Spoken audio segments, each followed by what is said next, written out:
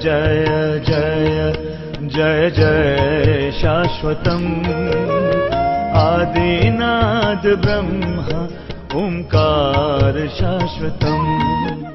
बीते संवत सहस 87,000 वर्ष बीत गए। तजी समाधि संभो अविनाशी। अविनाशी शाश्वत भगवान भोलेनाथ ने समाधि का परित्याग किया। राम नाम शिव सुमिरन लागे। राम नाम का स्मरण करने लगे। जाने सती जगतपति जागे। सती जी को ये अनुभूति हुई कि भोलेनाथ जगतपति अब जाग गए। चरणों में जाके वंदन किया। शिव जी ने सामने बैठने के लिए आसन दिया। फर्क समझना, अर्धांगिनी है तो पाए बिठाएंगे, लेकिन संबंध टूटा हुआ है सामने बिठाया। अभी आगे की कथा में आप देखेंगे कि पार्वती जी को बाएं भाग में बिठाया, लेकिन यहां कहते सन्मुख शंकर आसन दिया, सामने आसन दिया। तभी एक विशेष स्थिति दिखाई दी। आकाश मार्ग से सारे देवता कहीं चले जा रहे थे। पूछा, हे महादेव, ये सब कहां जा रहे हैं? भोलेनाथ ने कहा, देवी, ये सब आपके पिता के घर हरिद्वार कनखल जा रहे हैं। तो क्या कोई खास बात है? हाँ, आपके पिता दक्ष एक महायज्ञ कर रहे हैं, उसी यज्ञ में ये सब आमंत्रित है। तो हम नहीं चलेंगे, तो हमें निमंत्रण नहीं मिला, नहीं जाएंगे। तो बोले, पिता के घर से निमंत्रण आए या ना आए, चलना चाहिए। तो उन्होंने कहा, नहीं, मित्र हो, पिता हो, संबंध अच्छे हैं तब तो जाना चाहिए बिना बुलाए। अगर संबंध बिगड़ा हुआ हो तो कभी बिना बुलाए नहीं जाना चाहिए। इसलिए आप भी ना जाना। लेकिन वो बोले कि नहीं, आप भले ना जाओ, मुझे तो जाने दीजिए। बहनों से मिले हुए इतना दिन हो गया, माता से मिलना है। क्योंकि माताओं को अपने मैके के लिए बड़ा प्रेम होता है। इसलिए कभी भी आपको पत्नी के झगड़े से बचना है तो एक बात याद रखना, पत्नी के मैके वालों की निंदा कभी नहीं करना। अगर गलती से भी किया तो फंस गए। अगर लगता भी है तो मन में रखना, सामने मत बोलिएगा। और हो भी क्यों न प्रेम, आप अपने ही घर में हैं और वो अपना घर छोड़ के आ गई, तो वास्तव में घर तो वो था, ये हो गया, तो फिर अपना जो था उसकी याद तो आएगी ना। तो सती जी ने इच्छा व्यक्त की कि मैं जाऊं। शिव जी ने बहुत मना किया, लेकिन वो मानी नहीं। आखिर इनको निमंत्रण क्यों नहीं मिला था?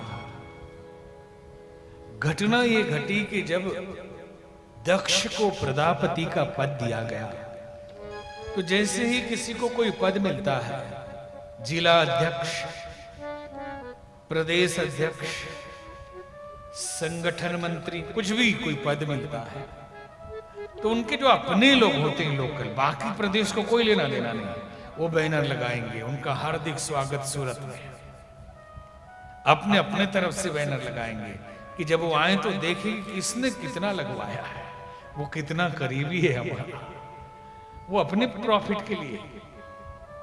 और स्वागत में सब लोग इकट्ठा होते हैं, कौन कितने लोग लेके आया है, कौन कितने मोटी मोटी माला लेके आया, वो खास है। तो ऐसे ही देवताओं के बीच भी होता था, क्योंकि वही देवता लोग हैं ये आज। पहले 33 कोटि थे, आज बढ़ गए।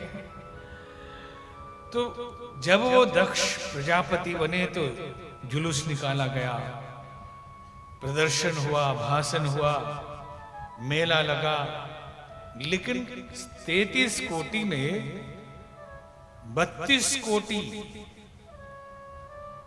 99,99,999 देवता उठ के खड़े हो गए, लेकिन भोलेनाथ खड़े नहीं, क्योंकि वो समाधि में थे। तो दक्ष को लगा कि मेरा ही जमाई, मेरा अपमान। जो दक्ष होते हैं कई बार नादानी कर देते हैं। दक्ष मतलब बुद्धिमान, अति बुद्धिवादी,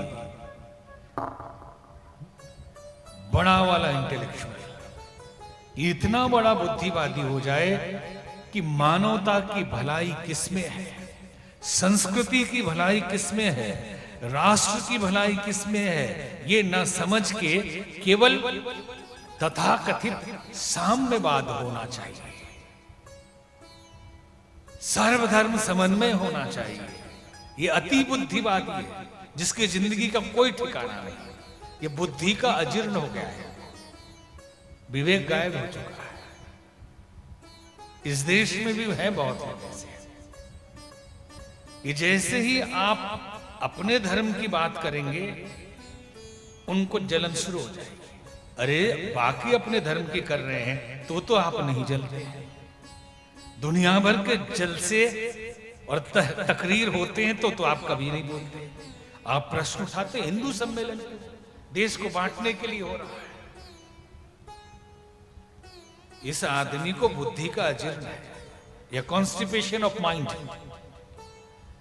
मेंटल कब्ज। तो इस टाइप के लोग होते हैं।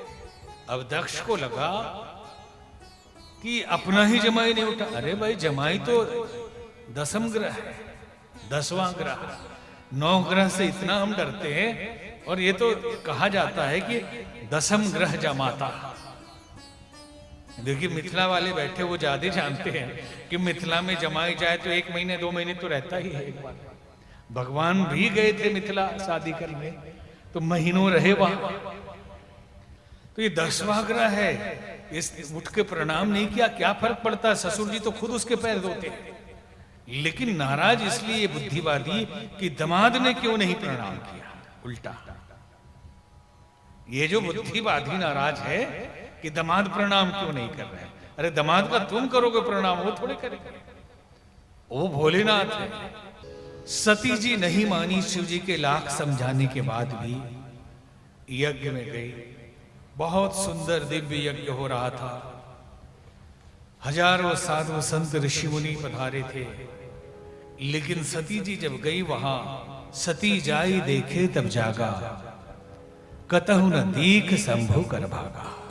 कहीं भी शिव जी के स्थान नहीं था। ये देख के दुखी हुई और सभा में लोगों को कहा, सुनहु सभासद सकल मुनिंदा, कही सुनी जिन शंकर निंदा। हे सभासदों, हे मुनियों, सुनिए, जिसने भी शिव जी की निंदा कही या सुनी हो, सो फल तुरंत लहब सब का हो, भली भांति पछताव पिता हो। वो तो भली प्रकार पिताजी मेरे पछताएंगे। और कहा जाता है कि वहीं पे उन्होंने प्राण त्याग दिया। कथा अलग अलग हो जाती है कि कोई कहते हैं कि वहीं योगाग्नि में भस्म हो गई, लेकिन पुराणों की कथा तो ये कहती है कि भगवान शिव जी आए और उनके शव को लेकर भ्रमण करते रहे। नारायण ने चक्र से एक एक अंग को काटा और जहां जहां वंग गिरे वहीं शक्ति पीठों की स्थापना हुई। सती जी यज्ञ में ध्वस्त हो गई। कथा बड़ी है, लड़ाई हुई, वीरभद्र आए, यज्ञ को ध्वंस कर दिया। शिवपुराण में बड़ी कथा है। यहां केवल संकेत किया जा रहा है कि सती जी ने शरीर का त्याग किया और शरीर छोड़ने के पश्चात फिर नए जन्म की तैयारी की। बोलिए राजा रामचंद्र भगवान की जय।